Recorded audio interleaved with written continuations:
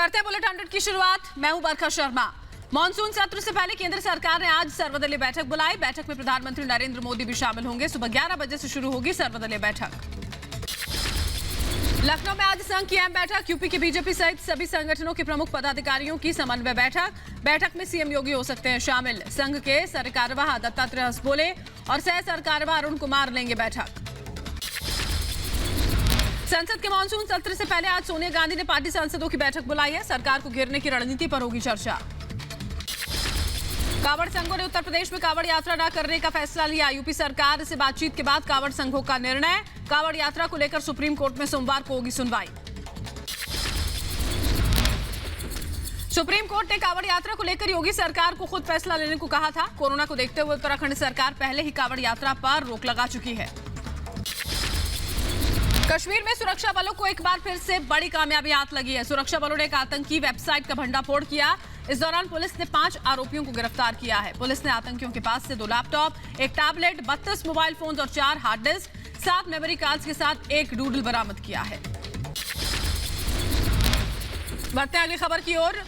मुख्यमंत्री पद से हटाए जा सकते हैं कर्नाटक के मुख्यमंत्री बीएस येदियुरप्पा। 26 जुलाई को कर्नाटक में नए सीएम का ऐलान किया जा सकता है। कर्नाटक के सीएम येदियुरप्पा को हटाने की अटकलें तेज हैं। इस बीच दिल्ली में बीजेपी अध्यक्ष जेपी नड्डा और रक्षा मंत्री राजनाथ सिंह से बीएस येदियुरप्पा ने मुलाकात की। बीएस येदियुरप्पा ने कर्नाटक के सीएम पद से इस्तीफे की पेशकश का खंडन किया। कहा, मैंने इस्तीफे की पेशकश नहीं की है। कश्मीरी पंडितों की वापसी के मुद्दे पर उपराज्यपाल मनोज सिन्हा की उच्च स्तरीय बैठक। एलजी ने कहा, पुनर्वास पर जरूरी कदम उठाए जाएं। एनसीपी चीफ शरद पवार ने पीएम मोदी से मुलाकात की। करीब 1 घंटे तक दोनों के बीच बातचीत हुई। प्रधानमंत्री मोदी से मुलाकात के बाद एनसीपी चीफ शरद पवार का ट्वीट लिखा, पीएम से राष्ट्रहित के कई मुद्दों पर हुई बात। शरद पवार और पीएम मोदी की मुलाकात पर नवाब मलिक का बयान। कहा, बीजेपी और एनसीपी का राजनीतिक मिलन मुमकिन नहीं। दोनों की मुलाकात को व्यक्तिगत बताया। शिवसेना नेता संजय राउत ने एनसीपी प्रमुख शरद पवार से मुलाकात की। पवार के दिल्ली आवास पर बैठक हुई। संजय राउत का बयान। कहा, इसमें चौंकने वाली कोई बात नहीं है। शरद पवार से कोई भी मिल सकता है। शरद पवार ने सहकारी बैंकों पर पीएम मोदी को चिट्ठी लिखी। कहा, सहकारी बैंकिंग क्षेत्र में और सुधार की जरूरत है। साथ ही उन्होंने 97वें संवैधानिक संशोधन के बारे में भी चर्चा की। नवजोत सिंह सिद्धू होंगे पंजाब कांग्रेस के नए अध्यक्ष। पार्टी आलाकमान किसी भी वक्त कर सकती है औपचारिक ऐलान। सिद्धू के साथ बनाए जाएंगे 4 कार्यकारी अध्यक्ष। पंजाब कांग्रेस विवाद सुलझने के आसार। सीएम अमरिंदर से मुलाकात के बाद पंजाब कांग्रेस प्रभारी हरीश रावत ने कहा, कैप्टन अमरिंदर सोनिया गांधी का फैसला मानेंगे। उन्होंने फिर से अपने पुराने बयान को, जो मेरे हिसाब से कांग्रेस के लिए एक बहुत बड़ा बयान है, और उसको उन्होंने दोहराया है और कहा है कि जो कुछ निर्णय आदरणीय कांग्रेस प्रेसिडेंट लेंगी, कैप्टन अमरिंदर सिंह उसको फॉलो। कैप्टन अमरिंदर सिंह का बड़ा बयान। कहा, ट्वीट के लिए सार्वजनिक तौर पर माफी मांगे सिद्धू। जब तक माफी नहीं तब तक मुलाकात नहीं। सूत्रों के हवाले से बड़ी खबर। पंजाब कांग्रेस में गला के बीच चंडीगढ़ में सीएम अमरिंदर से हरीश रावत की मुलाकात। चंडीगढ़ के फार्म हाउस में करीब 2 घंटों तक बातचीत हुई। सोनिया और राहुल गांधी के कड़े तेवर देखने के बाद ढीले पड़े नवजोत सिंह सिद्धू के तेवर। सूत्रों के मुताबिक आलाकमान ने सिद्धू को बताया, कैप्टन ही है पंजाब में पार्टी का चेहरा। पंचकुला में नवजोत सिंह सिद्धू ने पंजाब कांग्रेस अध्यक्ष सुनील जाखड़ से मुलाकात की। सिद्धू ने मंत्री सुखजिंदर रंधावा और बलबीर सिद्धू से भी की मुलाकात। पंजाब कांग्रेस में सुगबुगाहट तेज। कांग्रेस नेता लाल सिंह से मिलने के बाद कैबिनेट मिनिस्टर गुरप्रीत कांगड़ से मिलने पहुंचे नवजोत सिंह सिद्धू। मुलाकात के बाद पटियाला रवाना हुए सिद्धू। पंजाब संकट पर कांग्रेस महासचिव प्रियंका गांधी ने चुप्पी साधी। यार भारत के सवालों का नहीं दिया जवाब। प्रियंका पंजाब कांग्रेस में लगातार law and order. Navjot Singh Sidhu या अमरिंदर? प्रियंका, नवजोत सिंह सिद्धू या अमरिंदर? प्रियंका क्या कहेंगी? नवजोत सिंह सिद्धू या अमरिंदर? प्रियंका गांधी। पंजाब कांग्रेस के झगड़े पर हरियाणा के मंत्री अनिल विज का तंज। बोले, कांग्रेस की लड़ाई लोगों के लिए मनोरंजन बन चुकी है। रोज नए एपिसोड आ रहे हैं। सिद्धू से मुलाकात पर पंजाब सरकार में मंत्री सुखजिंदर सिंह रंधावा का बयान। कहा, पहले भी हो चुकी है सिद्धू से मुलाकात। पार्टी में सब कुछ ठीक। पंजाब मसले पर बीजेपी के राष्ट्रीय महासचिव तरुण चुग का बयान। कहा, ना तो सिद्धू और ना ही कैप्टन अमरिंदर ने पंजाब के विकास के लिए कुछ किया। विधानसभा चुनाव में जनता कांग्रेस को जवाब देगी। पंजाब में सियासी घमासान पर आम आदमी पार्टी के नेता सौरभ भारद्वाज का तंज। कहा पिछले 4 सालों से ऐसी स्थिति चली आ रही है। कहा आपसी झगड़े की वजह से पंजाब में रुक गया है विकास का काम। पंजाब में सियासी घमासान पर पंजाब के विधायक राजकुमार बैरका का बयान। कहा पंजाब को नई मजबूती देने में जुटी है कांग्रेस पार्टी। आपसी मतभेदों को जल्द सुलझाने की भी कही बात। बीजेपी नेता दुष्यंत गौतम का पंजाब के सीएम अमरिंदर सिंह पर हमला। कहा पंजाब में चल रही है ड्रामेबाजी, राज्य पर किसी का ध्यान नहीं। पंजाब कांग्रेस में घमासान के बीच जेपी नड्डा ने पंजाब बीजेपी के नेता के साथ बैठक की। State party chief Ashwini Kumar Sharma समेत दूसरे तमाम बड़े नेता मौजूद रहे। बीएसपी प्रमुख मायावती का सीएम अमरिंदर पर हमला। कहा किसान आंदोलन को बदनाम करने की साजिश बेहद निंदनीय है। आंदोलन की आड़ में चुनावी राजनीति उससे भी बड़ा पाप। कांग्रेस महासचिव प्रियंका गांधी वाड्रा के लखनऊ दौरे का आज तीसरा और आखिरी दिन है। लखनऊ में आज प्रियंका गांधी पार्टी कार्यकर्ताओं से मुलाकात करेंगे। इस दौरान कई अहम मुद्दों पर कर सकती हैं चर्चा। यूपी में चुनावी रण के बीच प्रियंका गांधी का दाव। लखीमपुर खीरी में अनीता यादव से की मुलाकात। ब्लॉक प्रमुख नामांकन के दौरान अनीता से हुई थी बदसलूकी। पंचायत चुनाव हिंसा पर प्रियंका गांधी ने यूपी सरकार पर सवाल उठाए। कहा जहां जहां हिंसा हुई वहां चुनाव रद्द करके दोबारा मतदान कराया जाए। हर जगह हिंसा हुई लेकिन मोदी जी ने योगी की तारीफ की।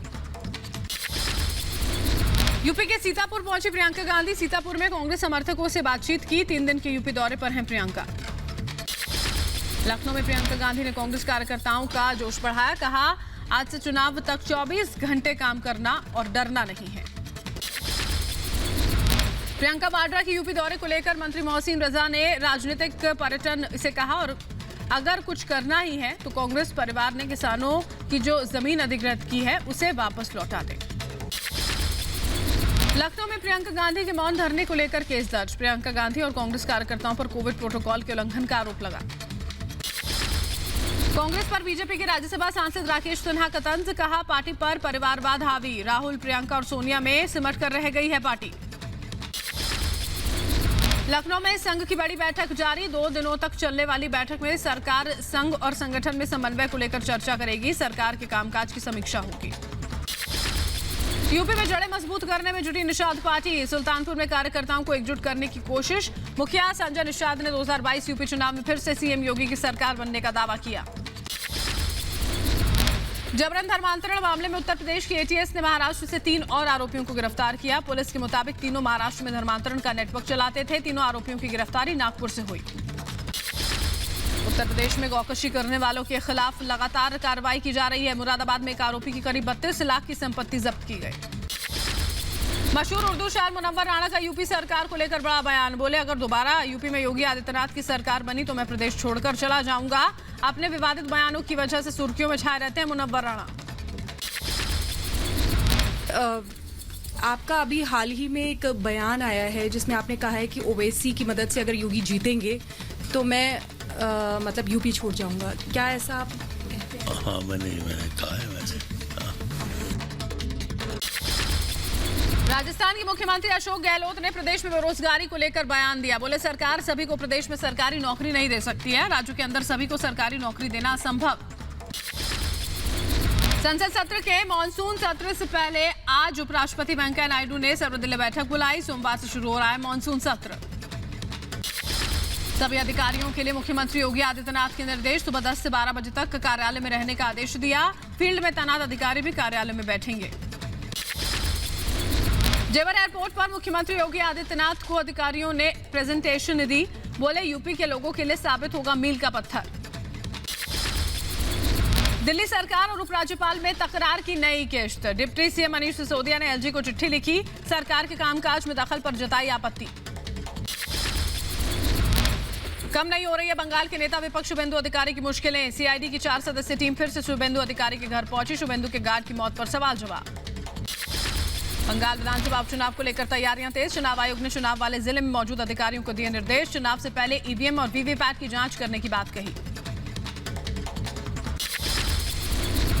एमपी के सागर में सेना का एक विमान रनवे पर उतरने के दौरान क्रैश हुआ। विमान को महिला ट्रेनी पायलट चला रही थी। बिहार के बेतिया में जहरीली शराब ने छीन ली 8 जिंदगियां। गांव वालों का कहना है जहरीली शराब पीने से मौत, प्रशासन का इनकार। उत्तर प्रदेश में जनसंख्या नियंत्रण कानून की तैयारी के बाद मध्य प्रदेश में भी जनसंख्या नियंत्रण नीति का समर्थन। बढ़ेंगे आगे खबर की ओर। गुजरात के वडनगर रेलवे स्टेशन का रेल मंत्री अश्विनी वैष्णव ने दौरा किया। ट्रेन में सफर के साथ पीएमटी स्टॉल भी पहुंचे रेल मंत्री। मुंबई के गोवंडी में एक उद्यान का नाम टीपू सुल्तान रखने पर बीजेपी और हिंदू जन जागृति समिति ने विरोध किया। बीजेपी नेता किरीट सोमैया का अनिल देशमुख पर हमला। कहा, जब हाईकोर्ट या सुप्रीम कोर्ट को उनके खिलाफ सबूत मिलेगा तो जल्द देशमुख सलाखों के पीछे होंगे। महाराष्ट्र के पूर्व गृह मंत्री अनिल देशमुख के सवाल पर बोले नवाब मलिक, पार्टी को बदनाम करने के लिए देशमुख को किया जा रहा है परेशान।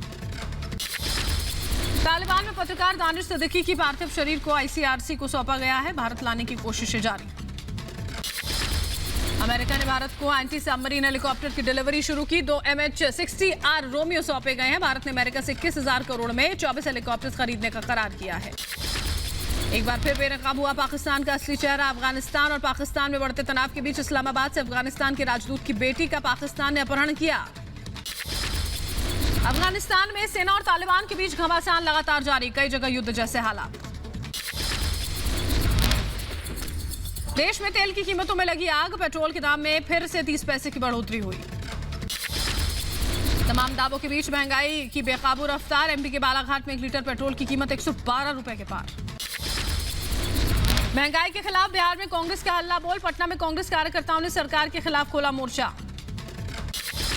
बढ़ती महंगाई समेत तमाम दूसरे मुद्दों पर जयपुर में कांग्रेस कार्यकर्ताओं का प्रदर्शन। पेट्रोल डीजल के दामों में लगातार हो रही बढ़ोतरी को लेकर तेजस्वी यादव ने केंद्र सरकार पर निशाना साधा। कहा, बिहार में सड़कों पर उतरेगी आरजेडी। महंगाई को लेकर मोदी सरकार पर राहुल हमलावर। ट्वीट कर लिखा, जनता हताश है क्योंकि देश में टैक्स वसूली का राज है। आंदोलनकारी किसानों से आज मुलाकात करेगी दिल्ली पुलिस। दिल्ली में आंदोलन के लिए अलग जमीन का सुझाव देगी। जम्मू कश्मीर के श्रीनगर में झेलम नदी में चलेगी बास बोट। करीब 1.5 करोड़ रुपए की लागत से बनी 3 बास बोट न्यूजीलैंड से जम्मू कश्मीर मंगवाई गई। विमान यात्रियों के लिए बड़ी खुशखबरी है। 22 जुलाई से दिल्ली एयरपोर्ट का T2 टर्मिनल खोल दिया जाएगा। अमरनाथ यात्रा के बाद जम्मू कश्मीर में होने वाली मशाल यात्रा भी रद्द कर दी गई है। केरल के त्रिशूर में अन्नायोट्टो त्योहार की शुरुआत हुई। श्रद्धालुओं ने मंदिर प्रांगण में खड़े दर्जनों हाथियों को हाथों से खिलाया खाना। मुख्य न्यायाधीश NV रमन्ना और नीति आयोग के CEO अमिताभ कांत भारत सिंगापुर मध्यस्थता शिखर सम्मेलन ISMS 2021 के उद्घाटन समारोह में शामिल हुए। तेलंगाना के हैदराबाद में नगर प्रशासन और शहरी विकास मंत्री KT रामाराव ने सीवर ट्रीटमेंट प्लांट में बने नए FSTP का उद्घाटन किया। इस दौरान रामाराव ने सेप्टिक टैंक क्लीनर वाहनों को हरी झंडी दिखाई। 23 जुलाई से शुरू हो रहे टोक्यो ओलंपिक्स में कोरोना का साया। ओलंपिक विलेज में पहले केस की पुष्टि। केंद्रीय खेल मंत्री अनुराग ठाकुर ने टोक्यो ओलंपिक्स में हिस्सा लेने वाले भारतीय दल के खिलाड़ियों को औपचारिक विदाई दी। ओलंपिक में भाग लेने के लिए भारतीय एथलीट्स का पहला जत्था टोक्यो रवाना हुआ है। बड़े खतरे के निशान, यहां पर सरकार की चेतावनी। अगले 100 दिन सावधान होना होगा। फ्रांस का सफर करना हुआ आसान। भारत में बनी कोविशील्ड वैक्सीन लेने वालों को देश में आने की मिली अनुमति। कोरोना की तीसरी लहर की आशंका को लेकर अलीगढ़ स्वास्थ्य विभाग तैयारियों में जुटा। अलीगढ़ मुस्लिम यूनिवर्सिटी में ऑक्सीजन बेड और वेंटिलेटर्स में बढ़ोतरी। कोरोना के बीच देश के लिए एक अच्छी खबर, दिसंबर तक मिलेगी 118 करोड़ कोविड वैक्सीन।